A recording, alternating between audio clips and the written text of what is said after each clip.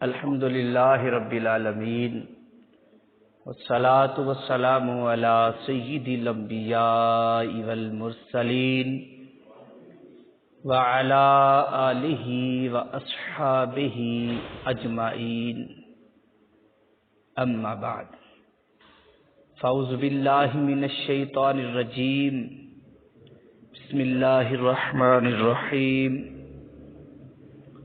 ولا تباشروهن وانتم عاکفون فی المساجد آمنت باللہ صدق اللہ مولانا العظیم والصلاة والسلام علیک یا سیدی یا رسول اللہ وعلی آلک واصحابک یا سیدی یا حبیب اللہ۔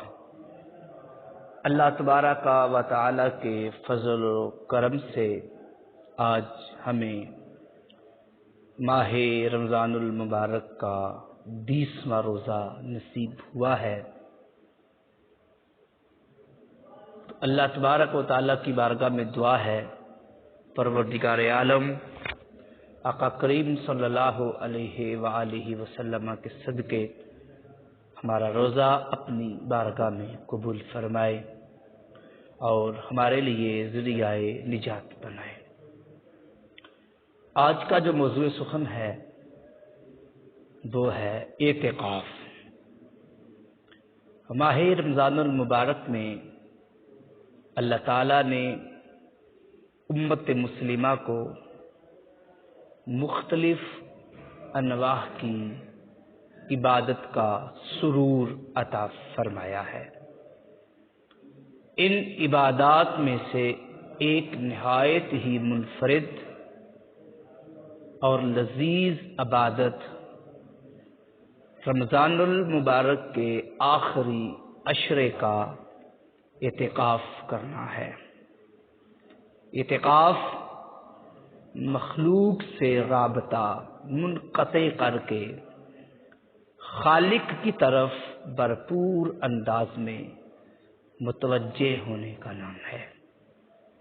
اعتکاف خلوت میں رب ذوالجلال کی یاد سے مانوس ہونے کا نام ہے۔ اعتکاف ماحول کی آلودگی سے یکسر محفوظ ہو کر رحمت حق کے شبنم کے حصول کا نام ہے۔ اور اعتکاف دل کے تمام محلوں کو ذکر الہی سے آباد کرنے کا نام ہے۔ اعتکاف اپنے کردار کو سنت نبوی صلی اللہ علیہ وآلہ وسلم کے سانچے میں ڈھالنے کا نام ہے۔ اعتکاف لذت ہے، اعتکاف چاہت ہے، اعتکاف الفت ہے، اعتکاف زندگی ہے، بلکہ اعتکاف بندگی اور تابندگی ہے۔ اعتکاف سے ظاہر بھی منور ہوتا ہے، باطن بھی منور ہوتا ہے۔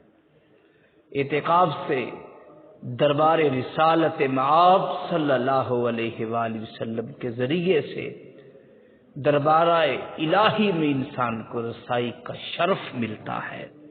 تو آئیے اس عظیم عبادت کے خد و حال کو سمجھتے ہیں تاکہ اس کی چاشنی، اس کی عظمت اور اس کی فضیلت اور اس کے احکامات کو کیسے ادا کرنا ہے اس پہ غور و فکر کرتے ہیں۔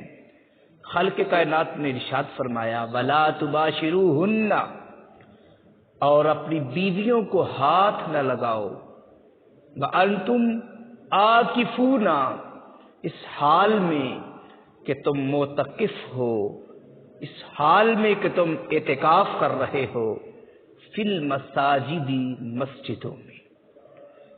اعتکاف کا لفظ عقوف سے نکلا ہے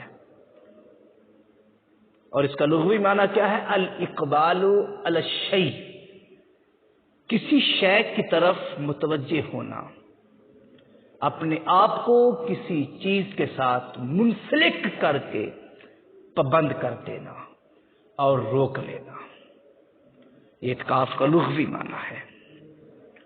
اور شرعی معنی اعتکاف کا، جس کو علماء نے اپنی اپنی کتب میں مختلف انداز کے ساتھ بیان کیا ہے، امام راغب الاصفہانی مفردات میں ارشاد فرماتے ہیں اعتکاف کا شرعی معنی کیا ہے؟ هو الاحتباس فی المسجد علی سبیل القربہ۔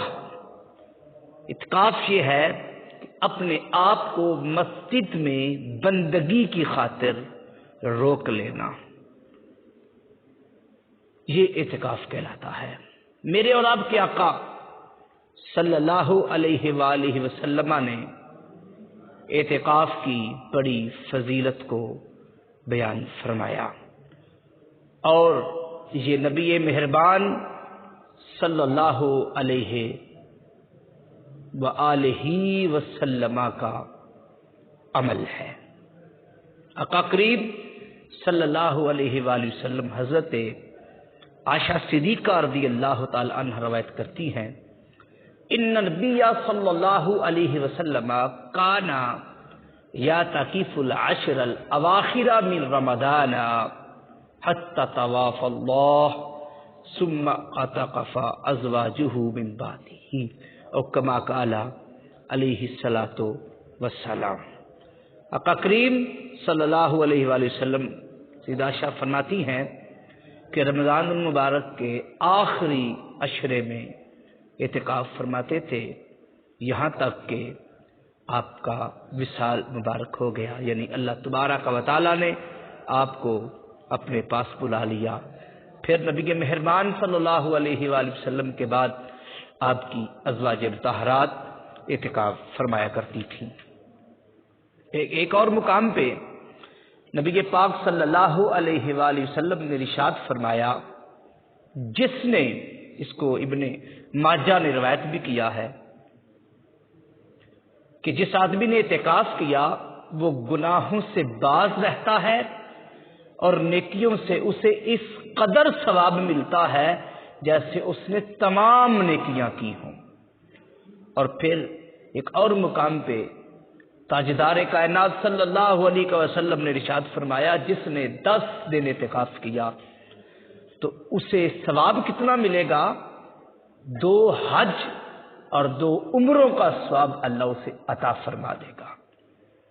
اور ایک اور حدیث مبارکہ میں نبی پاک علیہ الصلوۃ والسلام نے ارشاد فرمایا کہ جو آدمی ماہ رمضان المبارک کی آخری 10 راتوں کو اعتکاف کرتا ہے، اسے ہر رات کے بدلے میں اللہ تبارک و تعالیٰ ایک حج کا ثواب عطا فرما دیتا ہے۔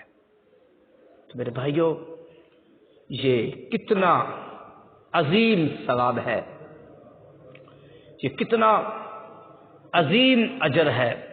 اور پھر ایک اور مقام پہ میرے آقا نے ارشاد فرمایا، عبداللہ بن عباس روایت کرتے ہیں کہ جس نے اللہ کی رضا کے لیے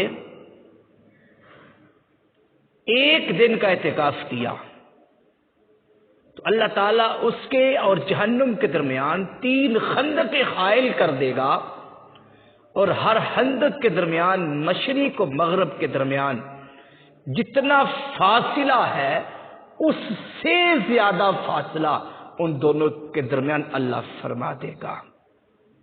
تو میرے بھائیوں ذرا غور کریں، کتنی یہ پاکیزہ عبادت ہے، اور یہ ماہ پر نور رمضان المبارک کی آخری 10 راتوں میں اللہ تبارک و تعالی آقا کریم صلی اللہ علیہ وآلہ وسلم کی برکت سے اپنے غلاموں کو یہ اجر عطا فرماتا ہے۔ میرے بھائیوں، ہمیں چاہیے کہ ہم ان ماہ رمضان المبارک کی آخری راتوں میں اعتکاف کریں۔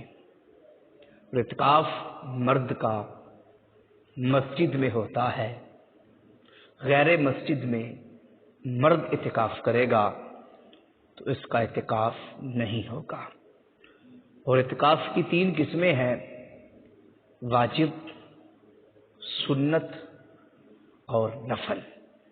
واجب اعتکاف یہ ہوتا ہے کہ آدمی نے کسی چیز کی نظر مانی ہو کہ میرا یہ فلاں کام ہوگا تو میں اتنے دن اللہ کے گھر میں اعتکاف کروں گا، یہ واجب اعتکاف ہے۔ اگر وہ کام ہو جاتا ہے تو اس کا مسجد میں اعتکاف کرنا ضروری ہے، نہیں کرے گا تو گناہ گار ہوگا۔ اور دوسرا فرمایا سنت موقدہ، یہ ماہ رمضان المبارک کی آخری 10 راتیں، دوسرا عشرہ شروع ہوتا ہے، اس سے شروع ہوتا ہے۔ اور تیسرا سنت اعتکاف، تم جب بھی مسجد میں آؤ اعتکاف کی نیت کر لو، تمہیں اللہ اعتکاف کا اجر عطا فرماتا ہے۔ تو میرے بھائیو، جس کو اللہ تبارک تعالیٰ نے یہ توفیق عطا فرمائی ہے تو آج عصر کے بعد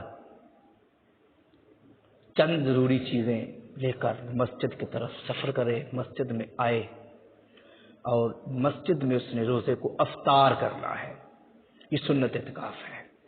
اگر وہ مسجد میں روزہ افطار نہیں کرتا بلکہ افطار کر کے بعد میں وہ مسجد میں آتا ہے، افطار وہ گھر کرتا ہے بعد میں مسجد میں آتا ہے، تو اس کو سنت اعتکاف کا ثواب نہیں دیا جائے گا۔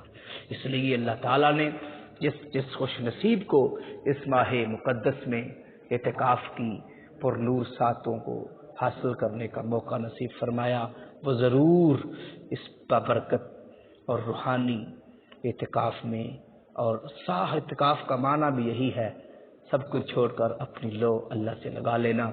اللہ کی بارگاہ میں دعا ہے، پروردگار عالم ہمارے جن ساتھیوں نے اعتکاف کرنا ہے اللہ ان کے اعتکاف کو قبول فرمائے، ان کی عبادتوں کو اللہ پاک قبول فرمائے، آمین۔ وما علینا الا البلاغ المبین۔